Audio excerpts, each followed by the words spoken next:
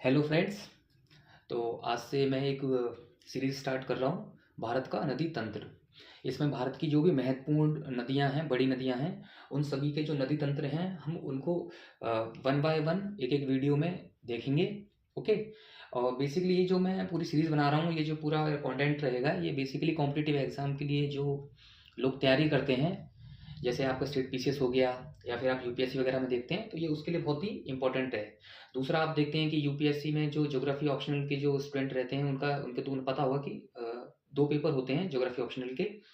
तो जो paper number 2 है उसमें पूरा इंडिया का मैप दिया जाता है, उसमें वो 10 लोकेशंस को पॉइंट आउट करने के लिए बोलता है, उसके बारे में कुछ सामाजिक आर्थिक चीज़ों के बारे में वो पूछता है, उसमें बताना होता है ना। तो ये कुछ उसी के रिगार्डिंग मैं अपना कंटेंट पूरा तैयार कर रहा हूँ। तो इसमें फ़िलहाल अभी हम जो स्टार्ट करेंगे वो हम करेंगे भारत के नदी तंत्र से। अब हम इसमें यहाँ पर भारत के सभी नदी तंत्रों को एक वीडियो में देखते जाएँगे, करते जाएँगे। सबसे अच्छी चीज़ इसमें ये है कि हमारे पास एक व्हाइट बोर्ड रहेगा, यहाँ पे हम खुद से मार्क करेंगे चीज़ों को, ठीक है? पूरा हम खुद डिज़ाइन करेंगे, मैप बनाएँगे पूरे इंडिया का, अपनी लोकेशन, और वहाँ पे लोकेशन जो भी है उनको हम मार्क करेंगे, मैप करेंगे। ओवरऑल जो चीज़ें रहेंगी वैसे तो मैं आपको इसमें कराऊँगा ही, सब कुछ मैं बता दूँगा, लेकिन इन केस आप थोड़ा-सा और इन डेप्थ में चीज़ों को जानना चाहते हैं, समझना चाहते हैं, तो आप उसमें कुछ एडिशनल पॉइंट्स अपने जोड़ के आप इसको पूरा अपना तैयार कर सकते हैं टॉपिक को, ओके? हालाँकि मैं इसको इस तरीके से ही करा रहा हूँ कि आपका अ, जो भी ओवरऑल टॉपिक है वो कवर हो जाए, ठीक है? लेकिन फिर भी अगर आप कुछ चाहते हैं कि आपको लगता है कुछ इसमें फिलर्स और हो सकते हैं, कुछ और पॉइंट्स जोड़ सकते हैं, तो वो आप अपना अलग से एक्स्ट्रा कुछ अपनी रिसर्च कर सकते हैं, और अगर आपको कुछ ऐसा मिलता है उसमें ऐड ऑन कर सकते हैं, तो आपका एक कॉम्प्रिहेंसिव पूरा एक टॉपिक कवर हो जाएगा, ठीक है? तो आज हम जो फिलहाल अब यहाँ पे स्टार्ट करेंगे, तो वो भारत में नदी तंत्र स्टार्ट हम कर रहे हैं, तो उसमें जो हम सबसे पहली रिवर जो देखेंगे वो है हमारी सिंधु नदी, ठीक है? इंडस रिवर भी बोलते हैं इसको। तो हमें सबसे पहले सिंधु नदी को देखना है। तो हमें ये पता होना चाहिए कि सिंधु जो नदी है ये कहाँ से ओरिजिनेट हो रही है और ये फ्लो कहाँ पे कर रही है। तो उसके लिए हमें सबसे पहले मैप बनाना होगा। तो हम अपना जो मैप बनाएँगे, वो बनाएँगे नॉर्थ इंडिया में, जो आपका जम्मू कश्मीर लद्दाख का जो रीजन पड़ता है, ठीक है? तो अब आप साथ में देखेंगे मैं मैप कैसे बना रहा हूँ, और आप भी उसके साथ ही मैप बनाना सीख सकते हैं, ठीक है? एक तो अ, आपका ज्योग्राफिकली जो आप मैप देखते हैं, आप उस तरीके का डिज़ाइन कर सकते हैं, या फिर अगर आपको प्रॉपर ऐसा नहीं आता है, तो मैं आपको एक आइडिया दे रहा हूँ, आप ओवर उस तरह से आप उसकी हेल्प से अपना मैप डिज़ाइन कर सकते हैं। जैसे कि देखिए, मैं यहाँ पे फ़िलहाल इसको बना रहा हूँ, जैसे ये मैंने फ़िलहाल अभी पंजाब का रीजन का एरिया बनाया है, उसके बाद में ये हम जम्मू कश्मीर की तरफ गए हैं, ये जम्मू कश्मीर हमने बनाया है। फिर इस तरफ हम जा रहे हैं, ये बॉर्डर है इंडिया पाकिस्तान का, श्रीनगर यहाँ पे पड़ेगा, उसके बाद में हल्का-सा थोड़ा-सा इसको बेंड देंगे, और फिर ये चला जाता है, ये जो आपका पीओके वाला एरिया है, जो कि पाकिस्तान ने इस पर कब्जा किया हुआ है, ओके? इस तरह से फिर आप यहाँ पे जाएँगे, फिर ये आपका आता है जिस पे चीन का थोड़ा-सा कब्जा है, अक्साई चीन जिस एरिया को बोलते हैं, ओके? उसके बाद में ये आपका फिर वापस से लद्दाख वाला एक रीजन हो गया, और उसके बाद में, ठीक है? तो ये इस तरह से हमारा पूरा बन चुका है, हिमाचल प्रदेश और उत्तराखंड भी हमने देख लिया यहाँ पर। तो ये आपका देखिए, आप देख रहे होंगे कि ये ठीक-ठाक मैप है, इसमें आप थोड़ा बहुत और चेंजेस करेंगे तो आप प्रॉपरली जो ज्योग्राफिकली जो आप देखते हैं इंडिया का मैप, वैसे ही आप बना पाएँगे, ओके? तो फिलहाल अभी हमें सिंधु नदी के बारे में देखना था। हम देख रहे हैं किस रिवर के बारे में? सिंधु, ठीक है? सिंधु रिवर। आप इंडस वैली भी सॉरी इंडस रिवर भी बोल सकते हैं, ठीक है? तो अब हमने ये अपना फिलहाल मैप जो है प्लॉट कर लिया है, अब इसमें हम आगे बात करते हैं। तो देखिए, सिंधु रिवर बेसिकली निकलती कहाँ से है? आपने इसके बारे में काफ़ी पढ़ा है, सुना भी होगा कि ये बोला जाता है कि जो सिंधु रिवर है, वो बेसिकली मानसरोवर झील से निकलती है, मानसरोवर झील के पास से निकलती है ना? तो ये मानसरोवर झील हो गई, और मानसरोवर झील के पास में ही एक और झील पड़ती है, इसको हम राकस ताल बोलते हैं, ठीक? तो ये 2 झीलें पड़ रही हैं। लेकिन मैं आपको एक चीज़ बता देता हूँ कि ये अ, मानसरोवर झील के पास में भी एक ग्लेशियर पड़ता है, ओके? क्या पड़ता है? एक ग्लेशियर पड़ता है। ये मैं एक ग्लेशियर बना रहा हूँ, ठीक है? इस तरह से मैंने ग्लेशियर बना दिया है। इस ग्लेशियर का जो नाम है, उसको हम बोलते हैं बोखरचू, बोखरचू। बोखरचू ग्लेशियर है इस ग्लेशियर का नाम, और इस ग्लेशियर से ही हमारी सिंधु रिवर ओरिजिनेट होती है, निकलती है, ओके? अब यहाँ से ये जो रिवर है, सिंधु रिवर यहाँ से निकलती है, और फिर उसके बाद में ये इंडिया में एंट्री लेती है, ठीक है। इंडिया में ये एंट्री लेने के बाद में ये लद्दाख वाले क्षेत्र में बहते हुए और फिर ये पीओके वाले एरिया से होते हुए ये पाकिस्तान में एंट्री लेके लास्ट में अरब सागर में जाके गिर जाती है। ठीक है। तो सिंधु नदी के बारे में फिलहाल अभी हमने क्या देख लिया है कि बोकरचू ग्लेशियर से ये ओरिजिनेट होती है, उसके बाद में ये इंडिया में लद्दाख के क्षेत्र से बहते हुए पाकिस्तान में एंट्री लेकर अरब सागर में गिर जाती है। अब इसमें हम आगे डिटेलिंग देखते हैं। ये जो जिस जगह से आप देख रहे हैं कि जिस जगह से ये इंडिया में एंट्री लेती है लद्दाख वाले क्षेत्र से, उस जगह को हम बोलते हैं दम चौक। क्या बोलते हैं? दम चौक। दम चौक। मैं जो भी चीज़ आपको बता रहा हूँ ये प्लीज़ आप नोट करते चलिएगा साथ साथ, क्योंकि हो सकता है कि कुछ चीज़ें फिर आपको यहाँ पे समझ में ना आ पाए, तो आप साथ साथ नोट करते चलिएगा। बोकरचू ग्लेशियर से इंडिया में एंट्री करती है सिंधु रिवर, जिस पॉइंट से जिस जगह से वो एंट्री करती है उसे हम बोलते हैं दम चौक। उसके बाद में इसके लेफ्ट साइड से सबसे पहले इसमें एक रिवर आके मिलती है। ओके, एक रिवर लेफ्ट साइड से इसमें आके मिलती है। इस रिवर को हम नाम देते हैं जांस्कर। क्या नाम दिया गया है इस रिवर को? मैं यहाँ ऊपर की तरफ लिख दे रहा हूँ, जांस्कर। ठीक है, जांस्कर रिवर सबसे पहले इसमें आके मिलती है। उसके बाद में आप यहाँ पे देख रहे होंगे ये जो जगह पड़ती है इसको हम बोलते हैं सियाचिन। ठीक है ना, वो आपने सुना भी होगा सियाचिन ग्लेशियर वगैरह। तो यहाँ पर भी एक ग्लेशियर पड़ता है। ओके, यहाँ पे भी एक ग्लेशियर पड़ता है। यहाँ से भी एक रिवर निकलती है। ओके, यहाँ से एक रिवर ऑरिजिनेट होती है और थोड़ा सा इस तरह से कर्व के साथ में फिर यहाँ पे आके मिलती है वो सिंधु नदी में। इसको थोड़ा सा और तरीके से कर देता हूँ, ऐसे करके। ठीक है, इसके अलावा इस रिवर का जो नाम है, इस रिवर को हम बोलते हैं श्योक रिवर, श्योक नदी, SHYOK, श्योक। ओके, श्योक नदी में ही एक सहायक नदी और है उसकी, वो आके इसमें मिल जाती है। ठीक है, तो मैं एक रिवर यहाँ से एक और रिवर ऐसे बना रहा हूँ और वो ऐसे करके इसमें मैंने मिला दी है, जोड़ दी है। इस रिवर का जो नाम है, इस रिवर को हम बोलते हैं नुब्रा। क्या नाम है? नुब्रा, नुब्रा रिवर। ठीक है, और आप ये देख पा रहे होंगे कि ये श्योक और जांस्कर रिवर के बीच में ही एक लोकेशन पड़ती है। ये इस पॉइंट को आप इसको इसी जगह को हम बोलते हैं लेह। ठीक है, मैं आपको चीज़ पहले भी यहाँ पे क्लियर कर देता हूँ कि फिलहाल अभी हम नदी तंत्र के बारे में बात करें तो मेजरली हम अपना फोकस केवल नदी सिंधु नदी और उसके सहायक नदियों पर करेंगे। इंपॉर्टेंट शहर जो भी इसके ऊपर डैम वगैरह जो भी चीज़ें बनी हैं वो हम आगे आने वाली वीडियोज़ में कवर कर लेंगे। ठीक है, फिलहाल अभी हम फोकस मेनली करेंगे नदियों के ऊपर। अगर कुछ इंपॉर्टेंट लगेगा वो मैं इसमें एड ऑन कर दूंगा। ओके, तो अभी हमने क्या देख लिया है कि बोकरचू ग्लेशियर से सिंधु नदी ओरिजिनेट होती है और इंडिया में दमचौक नामक स्थान से एंट्री लेती है। इसमें आगे चल के जांस्कर नदी उसके उत्तर से मिलती है, सॉरी बाईं तरफ से आके जुड़ती है। उसके बाद में फिर दाईं तरफ से इसमें श्योक नदी आके मिलती है जो कि सियाचिन ग्लेशियर से आई है, या फिर रीमो ग्लेशियर भी बोलते हैं वहाँ पे उसे। और इसी की एक सहायक नदी है नुब्रा नदी जो श्योक नदी में जाके मिलती है। उसके बाद में आप देख रहे होंगे ये पीओके है, पाकिस्तान ऑक्यूपाइड कश्मीर एरिया है। यहाँ पे इसके गिलगित नामक एक स्थान है, गिलगित नामक जगह है, वहां से एक रिवर आके इसमें आके मिल जाती है ऐसे करके। इस जो रिवर का नाम है, इस रिवर को हम बोलते हैं गिलगित रिवर। क्या बोलते हैं? गिलगित। ठीक है, ये गिलगित रिवर है और इसकी भी एक सहायक रिवर है, इसकी भी एक सहायक नदी है जो गिलगित नदी में आके इधर से आके जुड़ती है। तो इस नदी को हम बोलते हैं हुंजा। ठीक है, इस नदी का नाम आप याद रखेंगे, हुंजा। ठीक है, उसके बाद में आप ये देख रहे होंगे कि उसके बाद में ये इंडिया से निकल के पाकिस्तान की तरफ चली जाती है। तो यहाँ पे बेसिकली एक आपको याद रखना है कि यहाँ पे भी एक माउंटेन पड़ता है। ठीक है ना, पर्वत पड़ता है। इस पर्वत का आपको नाम याद रखना है। ये जो पर्वत है, इस पर्वत को हम बोलते हैं नंगा पर्वत।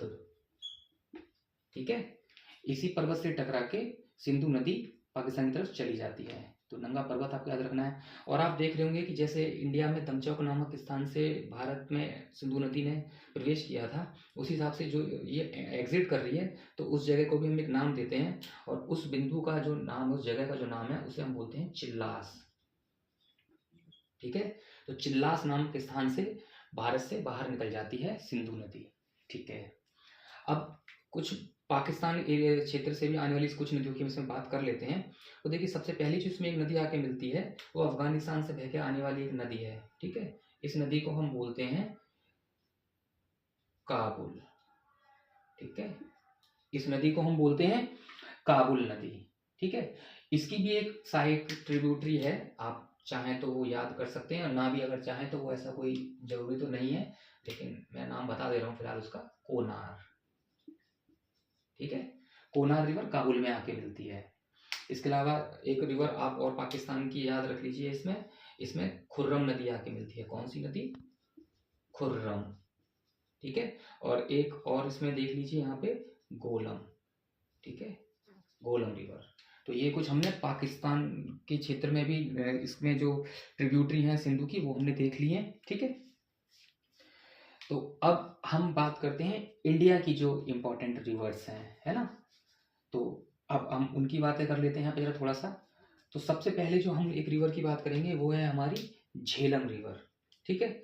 झेलम रिवर बेसिकली कहाँ से निकलती है? तो आपने कश्मीर में एक जगह का नाम सुना होगा, अनंतनाग।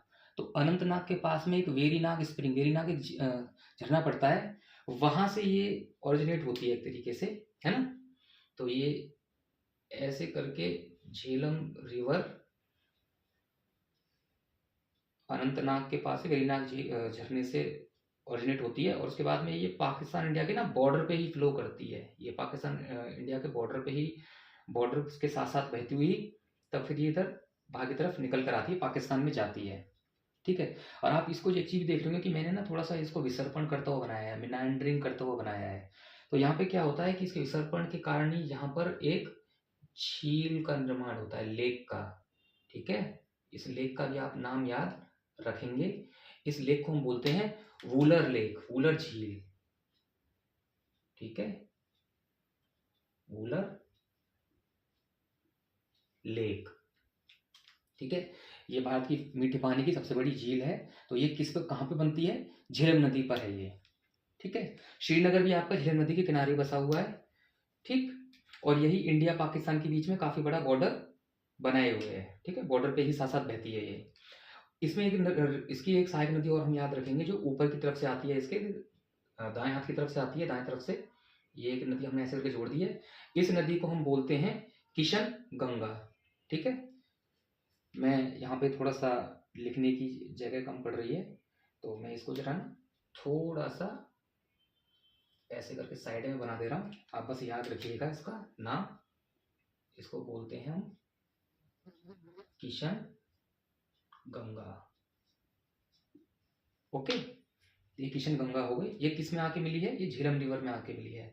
यहाँ पे मैं इसमें एक इसका रिवर का भी नाम लिख देता हूँ, झेलम रिवर है ये, तो मैं यहाँ पे फिलहाल लिख दे रहा हूँ झेलम, ठीक है। आपको एक चीज और याद रखनी है कि एंशियंट टाइम में, पुराने समय में, वेदों में झेलम नदी का जो नाम था वो था वितिस्ता, ठीक है। तो आपको ये भी याद रखना है कि झेलम रिवर का जो पौराणिक नाम है, जो वेदों में पुराना नाम जो दिया गया है वो है वितिस्ता, ठीक है। आपको याद रखेंगे कि झेलम का एक और नाम है वितिस्ता, जो कि एंशियंट प्राचीन नाम है, ठीक। उसके बाद में फिर एक दूसरी नदी और आती है, ये हिमाचल प्रदेश से निकलती है, ठीक है। हिमाचल प्रदेश में बारालाचाला दर्रा है, वो आपको याद रखना है। तो हिमाचल प्रदेश में बारालाचाला दर्रा है, और ये बेसिकली आपको ये ध्यान रखना है कि जो चिनाब रिवर है आपकी, ये दो नदियों के संगम से मिलके बनी हुई है, ठीक है। दो नदियों से मिलके बनी हुई है चिनाब रिवर। तो एक रिवर तो आती है यहाँ से आपकी भागा रिवर, और एक रिवर है आपकी चंद्रा रिवर, ठीक है। तो और इसी रिवर में आके आपकी यहाँ पर ये झेलम रिवर मिल जाती है। तो आपको याद रखना है कि जो चिनाब रिवर है वो दो नदियों से मिलके बनी है। एक का नाम है भागा और एक का नाम है चंद्रा, ठीक है। जो आपकी भागा रिवर है ये वो आपका जो बारालाचाला दर्रा है उसके पास ही आपका पड़ता है सूर्यताल लेक, ठीक है। सूर्यताल, सूर्यताल से आपकी भागा रिवर निकलती है, और ये जो आपकी चंद्रा रिवर है ये आपका बारालाचाला दर्रा के पूर्व की तरफ से आती है। और ये जिस जगह पे दोनों नदियां आके मिलती हैं वो हिमाचल प्रदेश का एक स्थान है, इसको हम बोलते हैं तांडी। नाम याद रखेंगे यार, हिमाचल प्रदेश के तांडी में ये दोनों नदियां आके आपस में मिलती हैं और वहां से फिर इस रिवर का जो नाम है वो नाम हो जाता है चेनाब। ठीक है, और चेनाब नदी में ही आगे चल के झेलम नदी मिल जाएगी। आपको एक चीज और याद रखनी है कि एंशियंट, इसका भी एक प्राचीन नाम है चिनाब का। ठीक है, चिनाब को हमारे वेदों में नाम दिया गया है अस्किनी। ठीक है, जो चिनाब है, चिनाब को अस्किनी नाम दिया गया है, झेलम को वितिस्ता नाम दिया गया है। ठीक है, ग्रीक लोगों ने भी झेलम को एक नाम दिया था, वो लोग आप कमेंट करके मेरे को बताइएगा कि झेलम नदी को ग्रीक लोगों ने क्या बोला है। ओके, तो हमने चेनाब देख ली, झेलम देख ली। अब उसके बाद में एक और इंपॉर्टेंट रिवर आती है, ये भी हिमाचल प्रदेश से आती है, रावी नदी। ठीक है, रावी जो नदी है ये हिमाचल प्रदेश में रोहतांग दर्रे से आती है। तो हम यहाँ पे एक रावी नदी बना लेते हैं। ये यहाँ से इस तरह से ऑरिजिनेट होती है हिमाचल प्रदेश के रोहतांग दर्रे से। और ये थोड़ा सा ये जो आपका भारत पाकिस्तान का बॉर्डर पड़ता है ना, ये यहाँ पे फ्लो, इस बॉर्डर को बनाती हुई फ्लो होती है, यहीं पड़ता है आपका अमृतसर। तो ये आपकी जो चेनाब नदी आगे जा रही है, इसी में जाके आगे मिल जाएगी रावी नदी। ठीक है, तो आप देख पा रहे होंगे कि इंडिया पाकिस्तान के बॉर्डर के साथ साथ आपकी झेलम रिवर चल रही थी, उसके बाद में रावी नदी भी कुछ कुछ ऐसे बॉर्डर के साथ में बहती हुई चलती है। ठीक है, तो रावी नदी आपकी रोहतांग दर्रे से निकली है हिमाचल प्रदेश के। ठीक है, मैं इसका नाम यहाँ पे लिख लेता हूँ फिलहाल, रावी, रावी या रावी। ठीक है, और आपको ये भी याद रखना है कि इसका भी एक प्राचीन नाम है। ठीक है, इसको बोला गया है परुशनी नदी। रावी नदी को क्या बोला गया है? परुशनी। इरावती नाम भी बोलते हैं, परुशनी नाम भी रावी का ही है। ठीक है, तो ये आगे चल के चेनाब नदी में ही जाके मिल जाती है। और आपको रावी नदी के बारे में ये चीज याद रखनी है कि रावी नदी पर ही आपका अमृतसर है। इंडिया में अमृतसर और पाकिस्तान में लाहौर रावी नदी के किनारे ही बसे हुए हैं। ठीक है, झेलम नदी के किनारे आपका, मैंने आपको पहले बता दिया है, झेलम नदी के किनारे आपका श्रीनगर है। ओके, उसके बाद में हम एक और नदी की बात करेंगे यहाँ पर। ये भी रोहतांग दर्रे से ही निकली है हिमाचल प्रदेश के। ठीक है, इस नदी का नाम क्या है? इस नदी को हम बोलते हैं व्यास रिवर। क्या बोलते हैं? ब्यास। तो ये हम यहाँ पे लिख लेते हैं, ब्यास, BEAS, ब्यास रिवर। रोहतांग दर्रे से आपको ध्यान रखना है, दो रिवर निकली हैं, एक रावी और एक ब्यास। ब्यास रिवर जो आपकी चेनाब रिवर में डायरेक्ट जाके नहीं मिलती है। व्यास रिवर ये क्या कहते हैं, जो आपकी सतलुज रिवर आएगी उसमें जाके अपना जल मिलाएगी। ठीक है, तो फिलहाल व्यास नदी को हम यहीं पे रोकते हैं, इसके बारे में आगे हम बातचीत करेंगे। उससे पहले हमें थोड़ा सतलुज रिवर को लेके आना होगा। तो अब आप देखिए एक चीज कि सतलुज रिवर कहाँ से आएगी? ये भी आएगी तिब्बत के क्षेत्र से ना, भारत के बाहर से तिब्बत के क्षेत्र से आएगी। और राकस ताल के पास में एक और ग्लेशियर पड़ता है, राकस ताल के पास में एक और ग्लेशियर पड़ता है। इस ग्लेशियर को हम बोलते हैं लॉन्ग, LONG, लॉन्ग चेन। ठीक है, लॉन्ग चेन खबाब।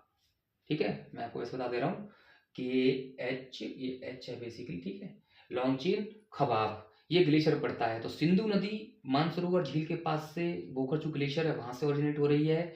और सतलुज रिवर आपकी लॉन्ग चेन खबाब एक ग्लेशियर है जो कि राकस ताल के पास में पड़ता है, वहां से ओरिजिनेट हो रही है। ठीक है, उसके बाद में ये हिमाचल प्रदेश के ही एक जगह से इंडिया में एंट्री लेती है। ठीक है, आपको एक चीज और याद रखनी है, ये जहाँ से जिस जगह से इंडिया में एंट्री ले रही है वो बेसिकली क्या है? एक दर्रा है। ये क्या है? एक दर्रा है। इस दर्रे का जो नाम है वो है शिवकीला। ठीक है, शिवकीला दर्रा। शिवकीला दर्रा से आपकी सतलुज रिवर हिमाचल प्रदेश से इंडिया में एंट्री लेती है। और यहाँ पे ही पंजाब में जगह पड़ती है कपूरथला, कपूरथला के पास में है हरिके। हरिके नामक स्थान है, हरिके नामक स्थान पे व्यास रिवर आपकी सतलुज में मिल जाती है। तो इस स्थान का नाम क्या है? बेसिकली इस स्थान का नाम है हरिके। ठीक है, आप याद रखेंगे हरिके है। और यहीं से ही फिर आपने एक भारत की सबसे बड़ी नहर सुनी होगी, इंदिरा गांधी कैनाल, है ना। यहीं से इंदिरा गांधी कैनाल निकली है बेसिकली आपकी। क्या नाम है? इंदिरा गांधी कैनाल, जो कि हरियाणा को सॉरी आपका जो राजस्थान है ना, उस एरिया में पानी प्रोवाइड कराती है, मुहैया कराती है। ठीक है, और ये जो आपकी रिवर हो गई है, ये आपकी हो गई है सतलुज रिवर। ठीक है। आपको एक चीज़ और याद रखनी है, ब्यास रिवर पे वैसे मैंने आपको बताया है कि ये चीज़ें हम बाद में सब अलग से कवर करेंगे, ठीक है। फिलहाल अब हम नदियों को देख रहे थे, लेकिन मैं फिलहाल अभी आपके लिए बता दे रहा हूँ कि ब्यास नदी पे आपका पौंग डैम पड़ता है और सतलुज रिवर पे आपका भाखड़ा नागल डैम पड़ेगा, ठीक है। और इनके लिए एक सबके लिए एक कॉमन रिजर्वायर बनाया गया है, इसको बोलते हैं गोविंद सागर वाटर रिजर्वायर, ठीक है।